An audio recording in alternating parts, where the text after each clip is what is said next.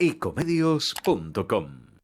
Seguinos en Twitter, @ecomedios1220. Estudia actuación en Timbre 4. Niños, adolescentes, adultos. Dirección Claudio Tolcachir. Informes en www.timbre4.com.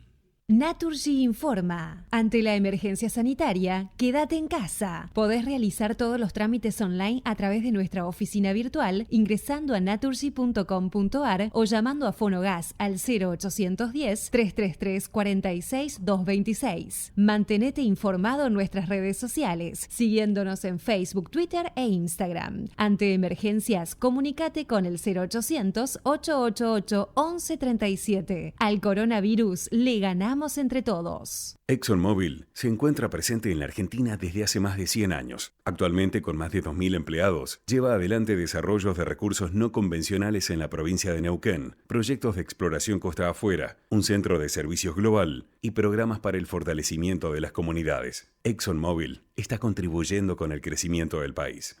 Desde el día 1 estamos transformando y no paramos, porque tenemos un plan: seguir mejorando la calidad de vida de todos nosotros. La transformación no para. Buenos Aires Ciudad. Conoce más en buenosaires.gov.ar/transformación.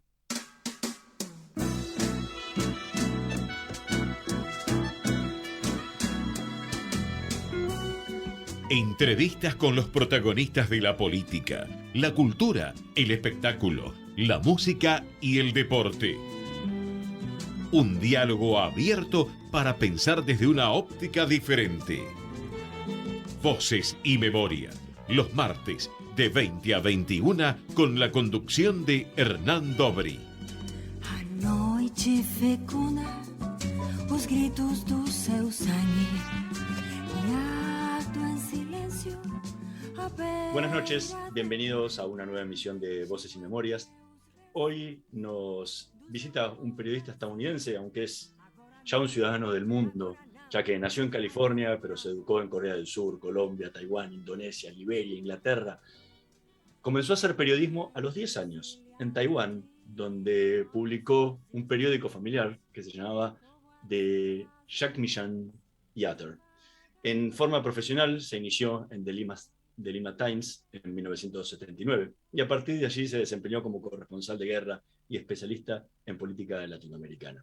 Cubrió conflictos armados en Irak, Afganistán, Líbano, Liberia, Angola, Uganda, Bosnia, Siria, Libia, Somalia, Sudán, Mali, entre otros, y ha escrito para el New York Times, el Financial Times, The Guardian, El País, Harper's, and Time, The Nation, Life, Le Monde, Clarín, El Espectador, entre otros. Actualmente forma parte del staff estable de The New Yorker y es integrante de la junta directiva de la Fundación Nuevo Periodismo. Ha escrito libros como Al interior de la Liga, Zonas de Guerra, Voces de los campos de matanza del mundo, Guerrillas, El Che Guevara, Una vida revolucionaria, La tumba del león, Partes de guerra desde Afganistán, La caída de Bagdad, La herencia colonial y otras maldiciones, El dictador, los demonios y otras crónicas, y el último y más reciente, Los años de la espiral. Durante su carrera fue galardonado con algunos premios, como la mención de excelencia del Overseas Press Club de Nueva York, el premio Reporteros del Mundo, el Liber Press y el Maria Morse Cabot. Hoy nos tomamos un café con John Lee Anderson. Muchísimas gracias por estar hoy con nosotros. Hernán, un placer. ¿Qué tal? Bien. Has cubierto durante muchos años conflictos armados y también te has dedicado durante muchos años también a perfilar personajes trascendentes de la historia mundial y de la política mundial y latinoamericana en especial. Hoy, cuando ves un conflicto como el de Ucrania, ¿extrañás? ¿Te gustaría estar de vuelta en esa situación de conflicto? Sí, o sea, reconozco que sí. Me muero de FOMO en este momento. ¿Cómo se dice? Un acrónimo que en inglés quiere decir Fear of Missing Out. Es decir, miedo de perder la fiesta. O sea, no, por absurdo que suena, pues sí, no, desde los primeros momentos del conflicto, de la invasión, señalé al editor del New York del New Yorker que estaba dispuesto a ir, sabiendo que tenemos un par de personas en la zona que son rusoparlantes y obviamente pueden contribuir más que uno, ¿no? Pero sí conozco ese bicho, es decir, lo que es el conflicto armado como tal, y entonces he estado muy pendiente. Estuve en Ucrania, es más, cuando Putin mandó las tropas para tomar a Crimea en 2014, Claro. así que vi un poco la primera movida, aunque era sin balas, ¿no? Era una guerra surrealista, por decirlo así, y esta sí es la convencional, ¿no? Y mira, sigo pendiente, es decir, yo estoy en un assignment actual en Chile y me ha pedido que lo intento terminar para luego ver si hay cabida. O sea, podría ser que antes del fin de mes estoy por allá. Eh, yo creo que no es por ser junkie de la adrenalina, sino por querer ser testigo de la historia en un momento crucial, ¿no? De nuestro mundo. O sea, todos yo creo que estamos constatando que esto va mucho más allá del momento actual y que a partir de este conflicto, nuestro mundo cambiará en algún sentido contundente. Y yo quisiera estar, ser testigo para parte de eso.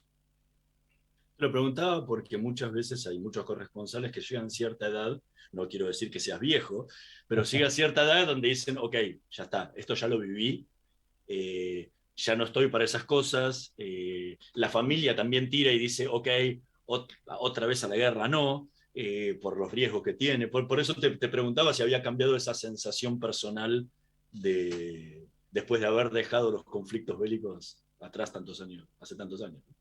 Es que no los he dejado atrás hace tantos años. Estuve en Afganistán hace 3 meses. Okay.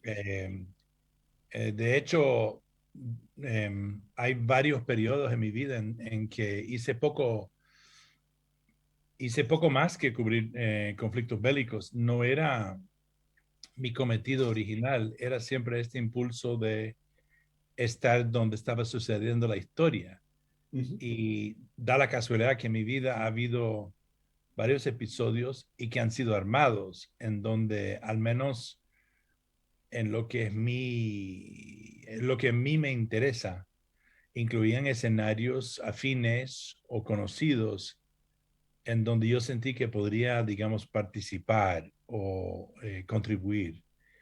Y por eso fui a lo que es la guerra, pero no por ir a la guerra como tal. Hay guerras que no me han interesado mucho y no he ido, pero otros que sí, que ofrecen algo, no sé, es este impulso más bien, yo creo que de la historia. En ese sentido, no ha cambiado. En los últimos años he dedicado más a América Latina que lo demás. Sentí asqueado con lo que finalmente estaba sucediendo en el Medio Oriente y después de buena cantidad de años en que iba mucho, ya no lo quería hacer y volqué a América Latina porque era mi musa original, porque estaba sucediendo aquí un proceso, estoy pensando en mediados de la década pasada con Cuba y también en Colombia, donde había procesos de paz o de apertura que me atraían mucho por su efecto positivo, alentador. Y me volqué a América Latina a partir de ahí, pero no he dejado de estar en vilo y consciente de los procesos en el resto del mundo. Por eso fui a Afganistán, país en donde he invertido por lo menos un año de mi vida. Entonces, verlo entregado de nuevo a los talibanes me tenía muy preocupado y presto a lo que estaba sucediendo ahí. Y no podía sino volver para verlo en su presente circunstancia. Así que en noviembre y diciembre hice un viaje de varias semanas y estuve de ahí de nuevo.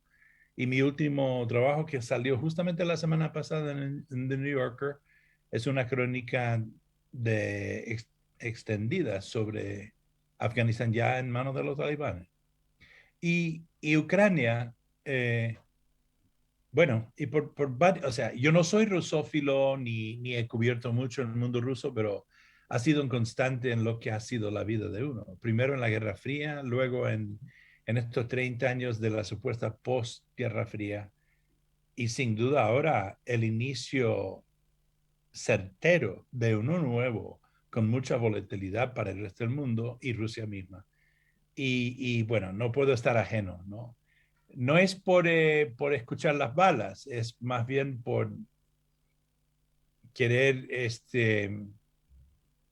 sí, atestiguar lo que está pasando y compartir algo. Es decir, después de una veintena o más de conflictos, uno tiene algo que aportar en cuanto a análisis posible o intuiciones en torno a dónde podría ir una guerra, a dónde podría mutar la violencia política, en donde qué podría ser el próximo paso de los jugadores de ajedrez, en este caso los adversarios en esta guerra.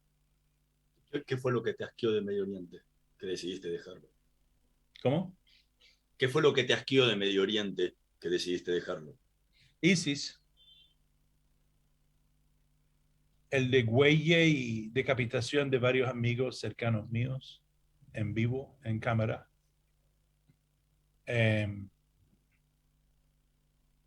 Una sensación de ya no querer cubrir, sino de participar en la violencia yo mismo. Es decir, no solamente por la muerte de mis amigos, pero yo tenía una convicción desde que rompieron en la escena que ISIS había que pararse, había que pararlos y había que pararlos violentamente, había que matarlos. Había que matarlos porque eran como eran como los SS de nuestra era, peor quizás. Solo significaban la muerte y solo con la muerte se podría deshacer de ellos. Entonces, quizás no eran pensamientos propios de un corresponsal. ¿Cómo? Sí. Sí, o sea, decir, sí, es decir, uno conoce lo que es la guerra, uno conoce lo que es y cuáles son las lógicas del conflicto. Y entonces, desde que empezaron a aparecer en la escena y el mundo entero dejó que ellos tomaran territorio y quedaran ahí y hacer lo que hacían, mirándoles sin hacer nada durante 3 años. Y yo, o sea, eso también me asqueó, porque era obvio que al dejarlos tener territorio, era también un incentivo a todos los desquiciados del mundo a que fueran ahí a su Shangri-La y a participar en esa orgía de sangre. Yo era de la opinión de que los países donde había una noción del mundo civilizado, e incluyo muchos países que no son de Occidente, es decir, que todos teníamos que haberlos atacado inmediatamente y haberlo parado para que no se agrandara más.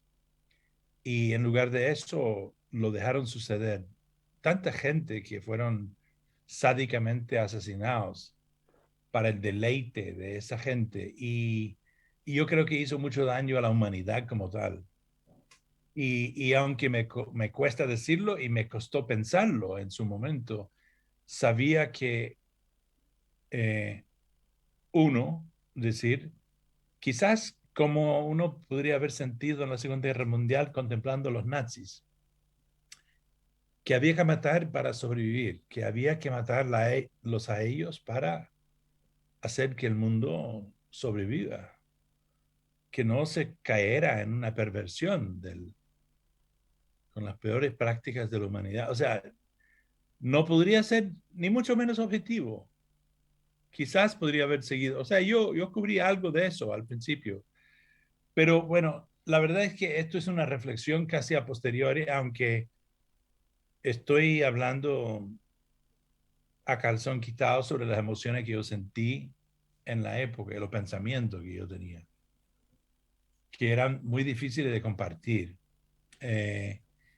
Y la se dio la circunstancia de unos acontecimientos en América Latina que me propiciaron la posibilidad de volcarme a cuerpo entero al proceso de paz en Colombia, al final de una guerra de 50 años y a la misma vez la apertura entre Cuba y Estados Unidos también de una contienda que había durado casi toda mi vida, ¿no?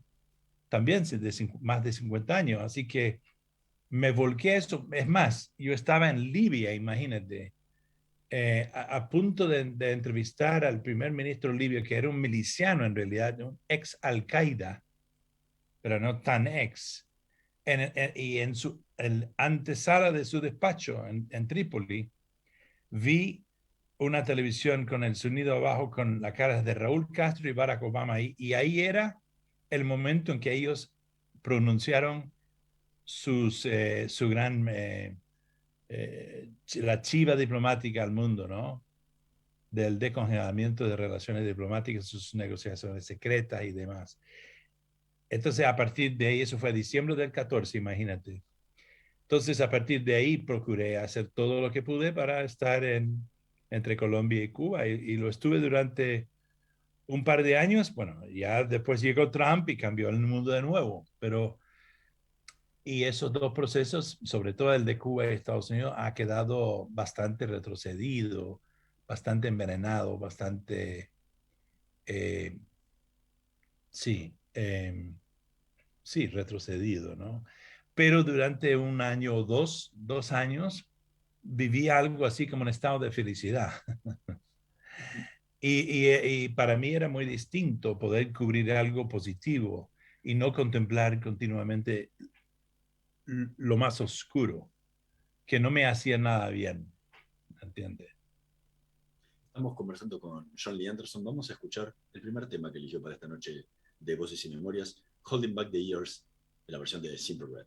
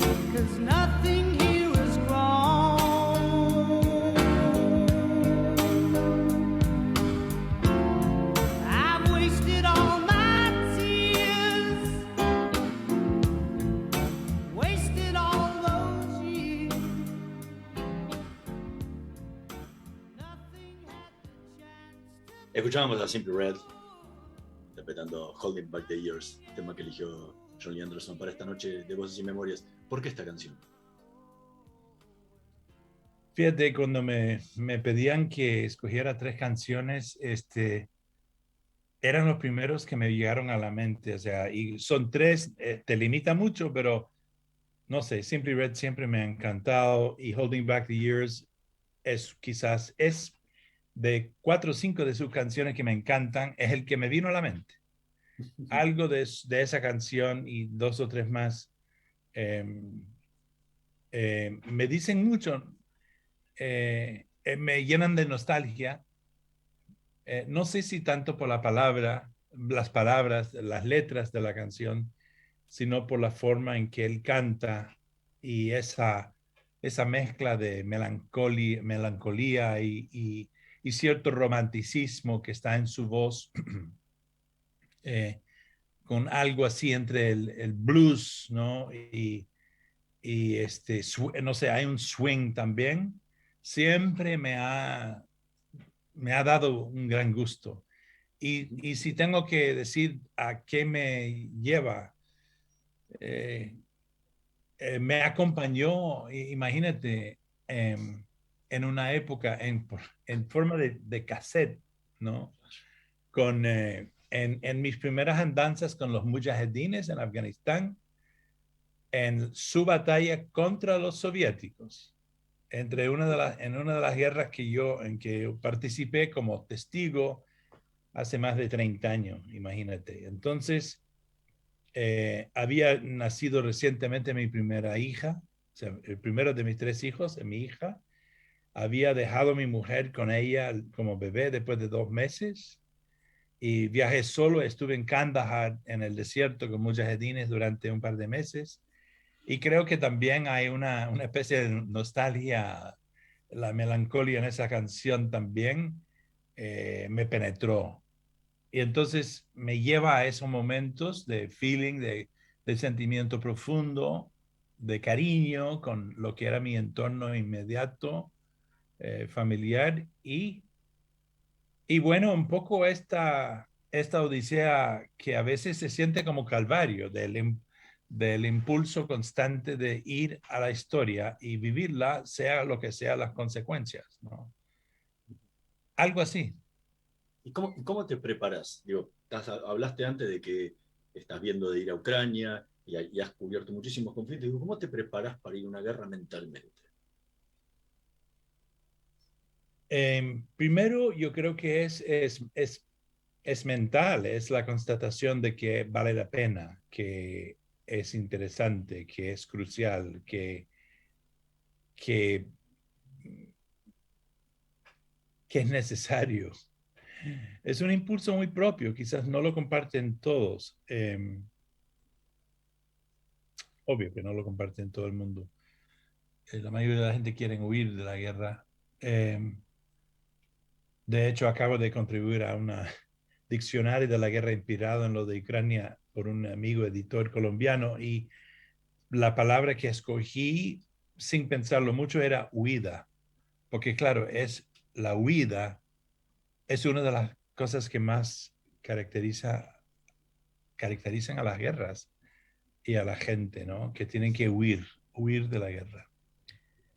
Es una condición humana y que nos va marcando el mundo, ¿no? Y que nos va cambiando el mapa político con sus migrantes, sus migraciones y las políticas que surgen a raíz de ello, ¿no? En fin, empiezo a comunicarme con algunos amigos que andan por el mundo y que, no sé, supongo que casi telepáticamente, y ellos casi siempre conmigo. Hoy día se comunicaron 3 amigos míos conmigo. Uno que está en la línea de Polonia con Ucrania, otro que está en Amán, Jordania, pero pensando en ir, y otro en Nueva York que está planeando ir, con quien yo anduve en Libia.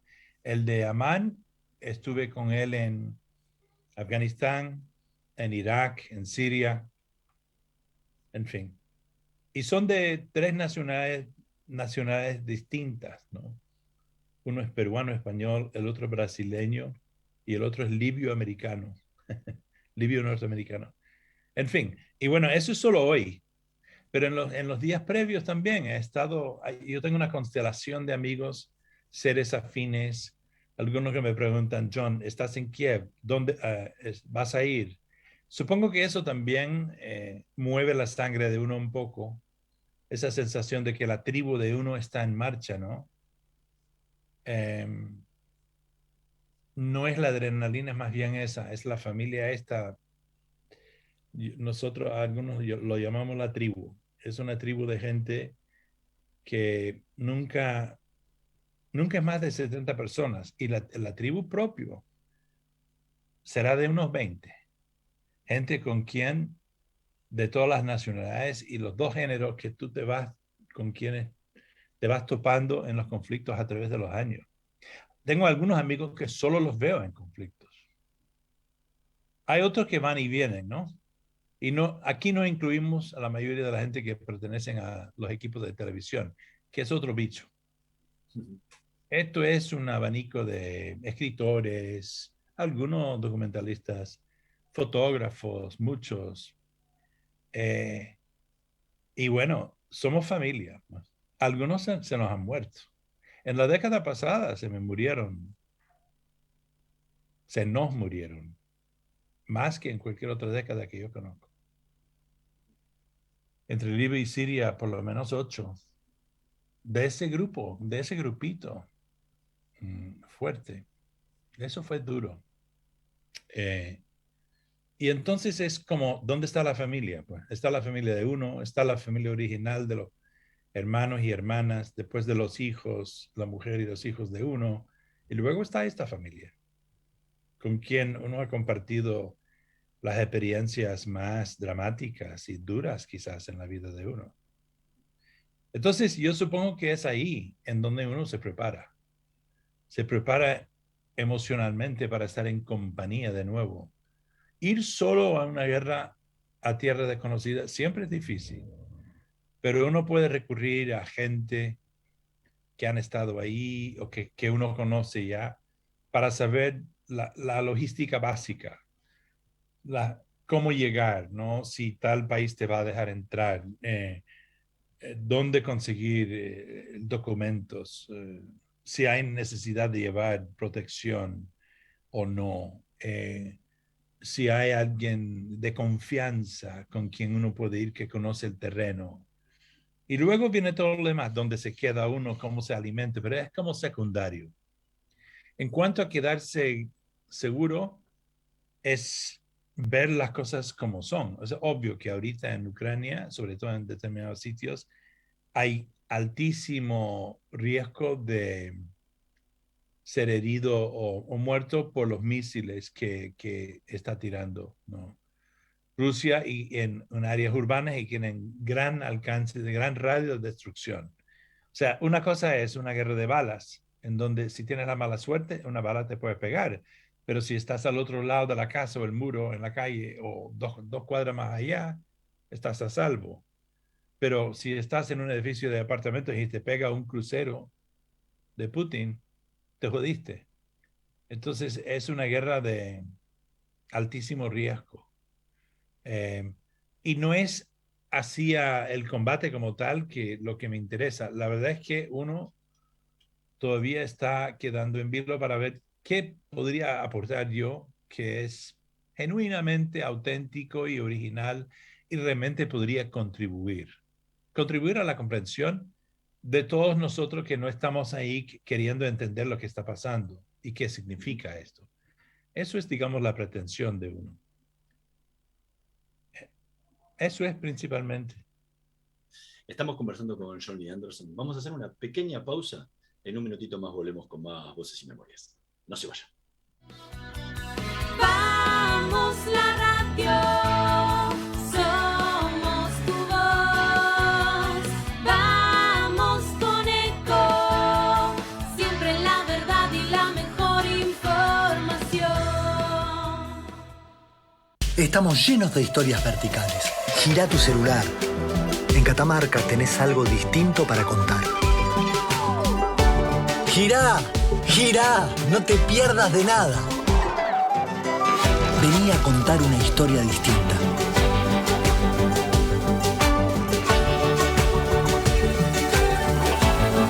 descubrir algo distinto? Gira y vení a Catamarca. Cuidar es la herramienta digital del Ministerio de Salud. Descárgala en tu celular a través de tu App Store o Google Play y carga tus datos. La aplicación te permite hacer un autodiagnóstico, acceder a tus certificados y consultar el resultado de tu hisopado. Ahora podés acceder a la información provista por el Ministerio de Salud y ver tu diagnóstico COVID-19 de forma rápida y sencilla.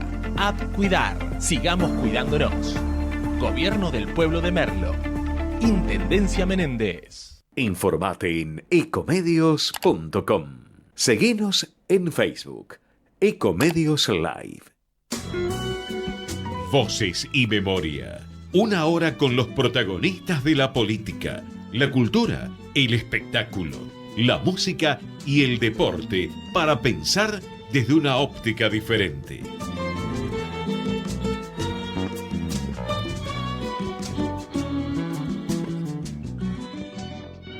Seguimos en Voces y Memorias conversando con Johnny Anderson. Recién contabas cuáles eran las motivaciones y la preparación que tenías para ir a un conflicto como el de Ucrania o como cualquier otro que te ha tocado cubrir. ¿Cuál es la sensación, el sentimiento que tenés ahí? Cuando uno se prepara mentalmente para lo que puede vivir, pero una guerra es, lo decías, la destrucción, el desastre total. ¿Cómo te preparas? ¿Cuál es la sensación que vivís ahí cuando estás en medio de toda esa locura? Bueno, cada lugar es distinto. Lo que hay de constante en los escenarios de guerra es que una vez que hay derramamiento de sangre, empieza a mutar. Es como una virus humana que se muta.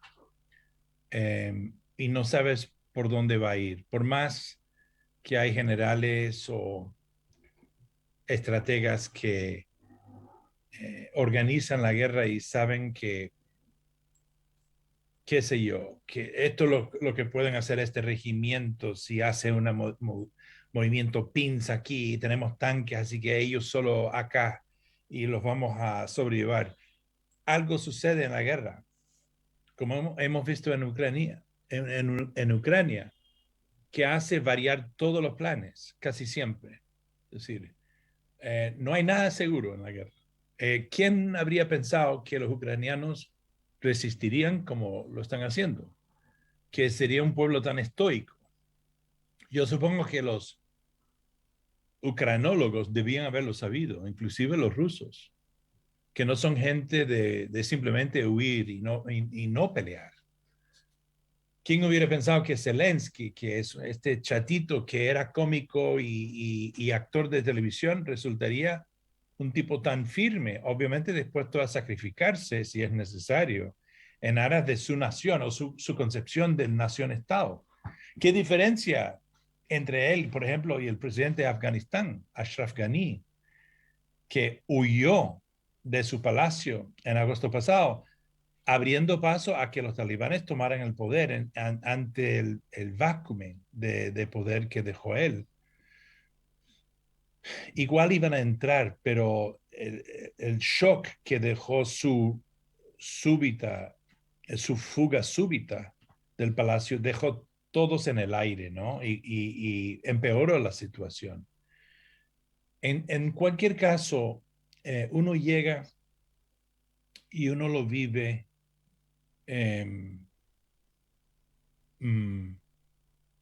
Uno intenta encontrar parámetros seguros dentro de los cuales uno puede operar y sobrevivir.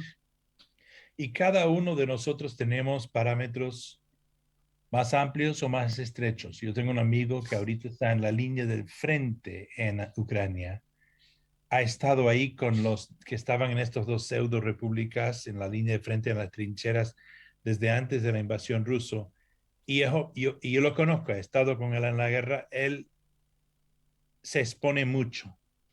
O sea, el riesgo a él es altísimo. Él entra en una especie de trance distinto. Tengo otro amigo que entró y se cagó de miedo y ha salido de nuevo, ¿entiendes? No es para él. Y no todas las guerras son iguales para uno. Me acuerdo haber llegado a la línea del frente en Libia y una amiga mía llegó en un carro ahí y salió y estaba temblando visiblemente. Y era obvio que había topado con su muro. Ella no debía estar ahí. Y la ayudé a salir y nunca ha vuelto a la guerra. Es decir, hay gente que chocan contra su muro invisible interior y no lo saben hasta que sucede. Quizás me sucederá a mí. Hasta ahora no. Pero hay momentos en los conflictos en que uno se siente más miedo que otros. Ojalá no sea paralizante, porque no has de estar ahí. Si es así, no puedes operar. Tienes que crear tienes que estar dentro de la sociedad que está en guerra. Tienes que sentirte bien, tienes que sentirte con confianza con tus acompañantes, de la plena confianza, porque si no tienes confianza en tus acompañantes, andas paranoico, inseguro, y puedes cometer errores que te pueden costar la vida o en extremidad. Y si no te sientes seguro, deberías salir. Uno es patológico, a veces cosas en el pasado, uno es pavloviano también, ¿no? Y entonces si te encuentras en la misma situación, a lo mejor te entra un estado de terror que te imposibilita operar. En estos casos tienes que saber de antemano qué situaciones evitar y tienes que tener claro con anterioridad cuáles son tus parámetros. Entonces, mis parámetros, curioso, son cambiantes. Es según la situación. Tiene mucho que ver con mi compenetración emotivo con el lugar, con la gente y la gente con quien tengo a mi alrededor. No sé, yo sé que suena muy abstracto, pero es un poco así. Para completar esa frase, yo me acuerdo en Bosnia una vez, estaba en un pueblo sitiado que se llamaba Bosanska Krupa, y para llegar al frente había que correr porque había francotiradores de casa en casa. Y llegué a una parte del mero frente en donde ya me obligaban a tener un soldado conmigo. Y se supone que él me tenía que guiar a través de la calle, ¿no? De un punto seguro a otro punto seguro. Y en eso, él me dejó en el intemperie y se corrió en pánico al otro lado. Yo seguí, pero me di cuenta que él tenía más miedo que yo. Era un muchacho. Él tenía más miedo que yo en esa circunstancia. Pero ha habido otros momentos en que he sentido más miedo seguramente que los que me estaban llevando. También hay esta cosa que la gente conciben de su vida de una forma distinta que los demás. Hay mitología, automitificación alrededor de uno y todo eso. Uno ve de todo. Tienes que conocerte bien. Ahora, ¿cómo haces para todo esto que estás contando que estuviera en mochila después cuando volvés a Inglaterra, donde residís normalmente, y tenés que volver a la vida normal? Se lo preguntaba en su momento a Gustavo Sierra, que también ha cubierto muchísimos conflictos, y él me decía, yo llegaba a la redacción y no podía hablar con nadie, porque nadie me podía entender todas estas cosas que yo había vivido. Y tenés que volver a tu casa y con tu familia normal, pero esa mochila la llevas encima tuyo. Digo, ¿cómo es ese primer tiempo? ¿Cómo haces para sacarte ese peso del dolor y la muerte que traes encima de la guerra? Alguna gente nunca se lo logra, ¿no? No lo sacan de encima tan fácil. A algunos se les consume eso, ¿no? En el caso mío, me acuerdo en Irak, era muy intenso. Yo y un puñado de amigos más, cada vez que salíamos de Irak después de 2 o 3 meses ahí, de mucha intensidad, nos quedamos unos días en Jordania.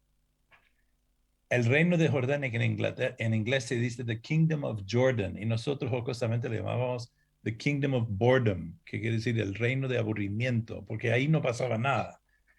Y nos quedamos unos días en hoteles ahí de lujo y comimos juntos, los mismos con los mismos con quienes habíamos estado en Irak.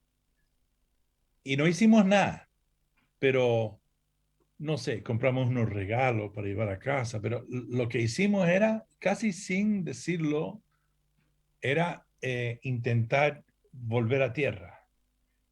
Y después de hacerlo varias veces, yo me di cuenta que era sumamente necesario porque el tramo del aeropuerto de Amán a la ciudad son unos 40 minutos. Y yo me acuerdo que, y es por el campo. Y una vez que llegas al final de la autopista que entra a la ciudad y ya estás con otros coches ahí alrededor de uno, yo estaba reaccionando así cuando acercaban otros coches. Y me di cuenta que era mi reacción natural de Bagdad, donde había cochebombas. Y había que tener mucho cuidado quién estaba a tu alrededor por la posibilidad del secuestro o una cochebomba. Perdí una amiga en una cochebomba oportunista. El tipo la vio y se reventó porque era occidental. Punto. Ya. Se fumó. Y entonces, sin darse cuenta, uno llega todo dado cuerda. Y uno está así, ¿no? Aunque uno no es abiertamente agresivo ni nada, uno está muy dado cuerda y hace falta buscar una manera de bajar la tensión hasta llegar a casa, no llevar eso a casa. O sea, después de Afganistán en 2001, 2002, me di cuenta que yo tenía una tendencia de llevar un poco la rabia. Nunca lo llevé a casa, menos mal.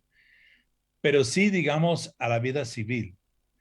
Y me sucedió que en el pueblo donde vivo en Inglaterra, me estallé como tiré 3 perretas en una semana.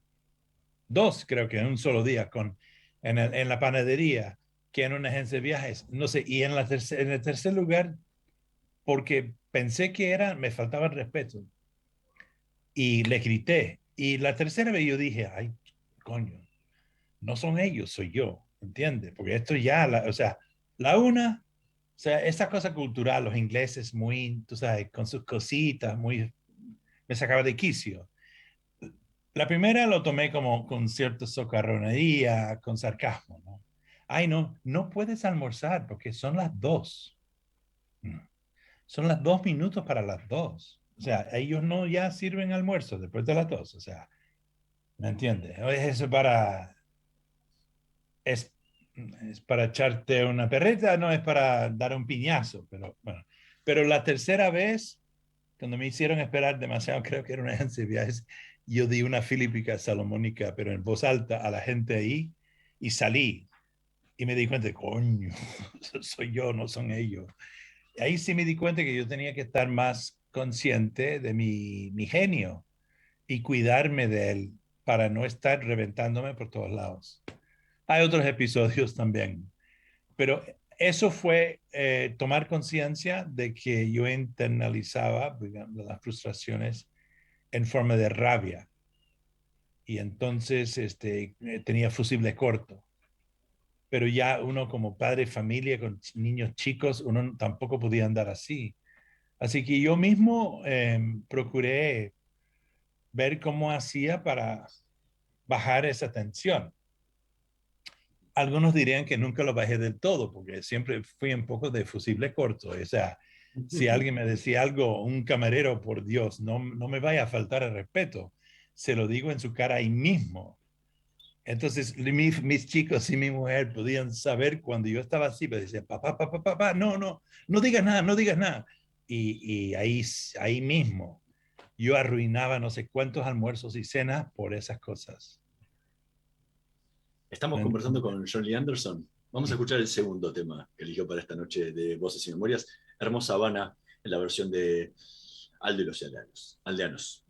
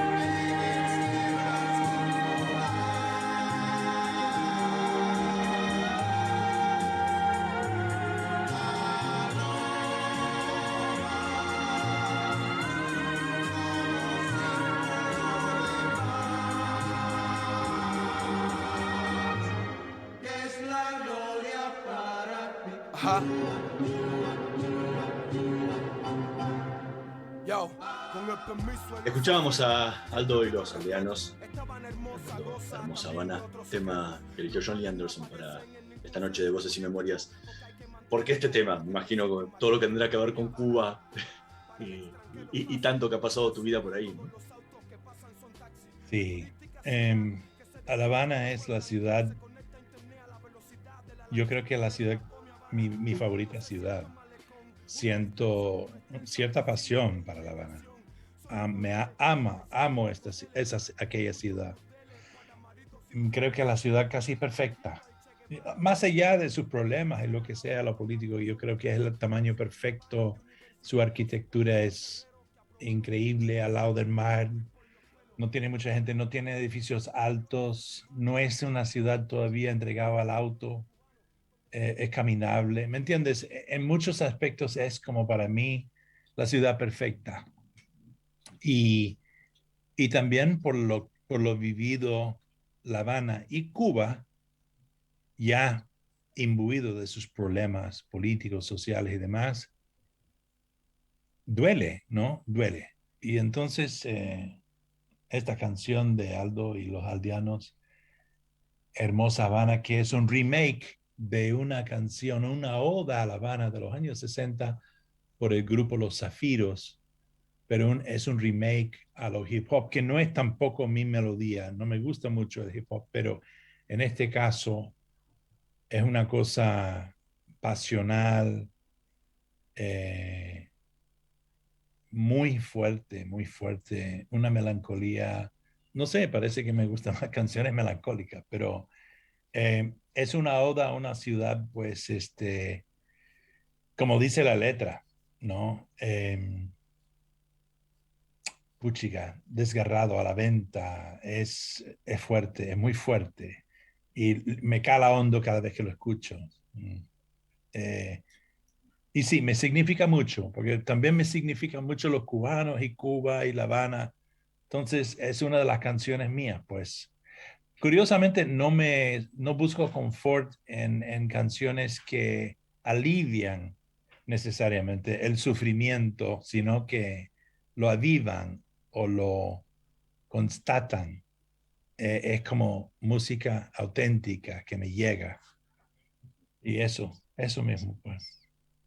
De joven, cuando estabas estudiando en la universidad, decidiste dejarlo para ser guía de expediciones científicas en la selva y en la montaña. Tu vida está llena de aventuras en África y hay mucho. ¿Cuánto de esta pulsión por ir a la guerra, a estar en lugares donde está pasando la historia, tiene que ver con eso, de estar en lugares donde está pasando la historia, y cuánto de aventurero, de esa vida de aventurero que tuviste durante toda tu vida? Mira, yo no sé si he revestido el impulso de aventura con un porqué un poco más allá, ¿no? De querer ser testigo de la historia, pero no creo que sean mutuamente exclusivos y a la misma vez creo que son paralelos. Es decir, no puedo distinguir uno del otro porque han sido constantes hilos conductores en mi vida desde chico, como bien decías. O sea, por un lado yo quería estar en todos los acontecimientos históricos. Yo quería verlo y presumí que iba a escribir, pero no lo tenía siempre tan claro desde chico, aunque mi madre era escritora, ¿no? Y ella me inculcó el aprecio, el respeto de la palabra, de los libros, el mundo de los libros, y que eran como un norte loable y bueno para mí. A la misma vez, quería vivirlo todo, quería experimentarlo todo. Y quería, qué sé yo, quería trepar montañas, ser minero de carbón, ser guardia en una cárcel, remar, cruzar el Atlántico a remo, cruzar el Sahara por camello. Y he hecho una pachamanca, decir, por prestar una palabra seguramente incaica de Perú, pero una un poco de todo eso lo he hecho, ¿no? Yo creo que sobre todo lo que he querido hacer en lo que es la parte aventurera es vivir, experimentar, vivir de cerca el mundo original, el mundo salvaje, el mundo original y los que quedaban de la gente salvaje, las sociedades salvajes, o originales, por buscar una palabra quizás más neutral, ¿no? Y ahí la aventura, pero también yo quería que el mundo tuviera todavía algo que descubrir. No quería el mundo conocido. Fíjate que yo fui a París por primera vez a los 30 y ¿qué? A los 38 años para buscar una visa para ir a Angola.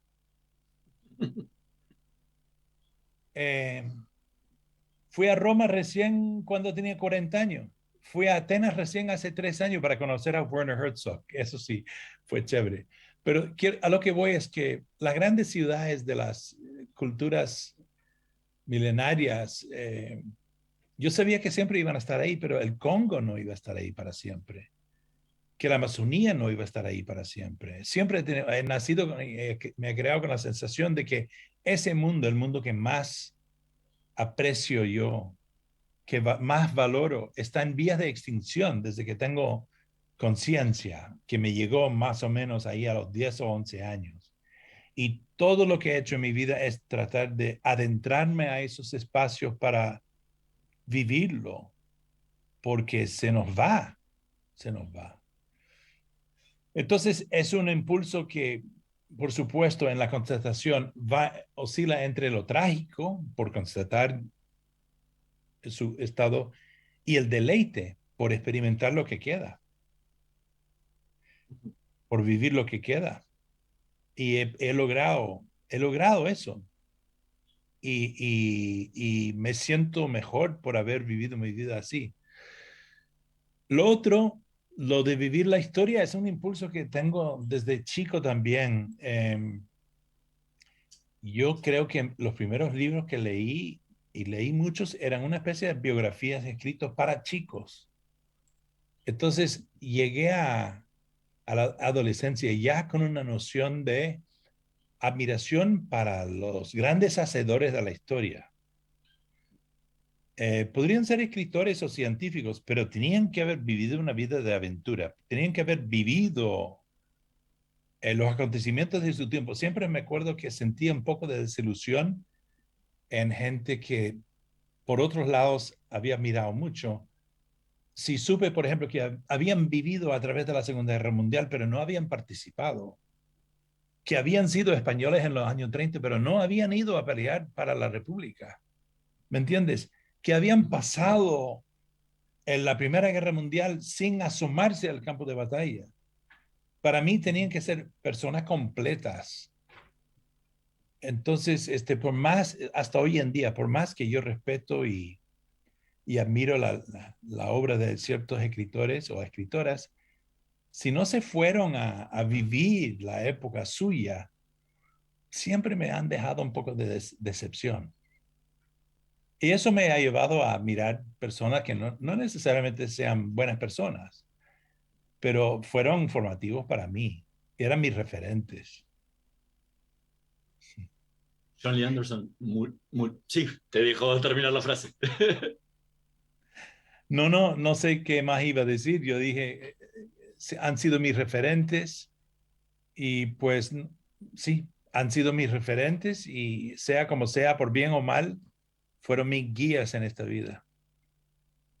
John Lee Anderson, muchísimas gracias por habernos acompañado esta noche en Voces y Memoria. Fue realmente un placer el haber conversado contigo. Lo mismo, muchas gracias, Hernán. Nosotros nos vamos a reencontrar la próxima semana en la operación técnica Javier Martínez y Gerardo Subirana. Nos vemos la próxima semana. Chao. Estudia actuación en Timbre 4. Niños, adolescentes, adultos. Dirección Claudio Tolcachir. Informes en www.timbre4.com. Naturgy informa. Ante la emergencia sanitaria, quédate en casa. Podés realizar todos los trámites online a través de nuestra oficina virtual ingresando a naturgy.com.ar o llamando a Fonogas al 0810-333-46-226. Mantenete informado en nuestras redes sociales, siguiéndonos en Facebook, Twitter e Instagram. Ante emergencias, comunícate con el 0800-888-1137. Al coronavirus le ganamos entre todos. ExxonMobil se encuentra presente en la Argentina desde hace más de 100 años. Actualmente, con más de 2.000 empleados, lleva adelante desarrollos de recursos no convencionales en la provincia de Neuquén, proyectos de exploración costa afuera, un centro de servicios global y programas para el fortalecimiento de las comunidades. ExxonMobil está contribuyendo con el crecimiento del país. Desde el día 1 estamos transformando y no paramos, porque tenemos un plan, seguir mejorando la calidad de vida de todos nosotros. La transformación no para. Buenos Aires Ciudad. Conoce más en buenosaires.gov.ar/transformación. Agora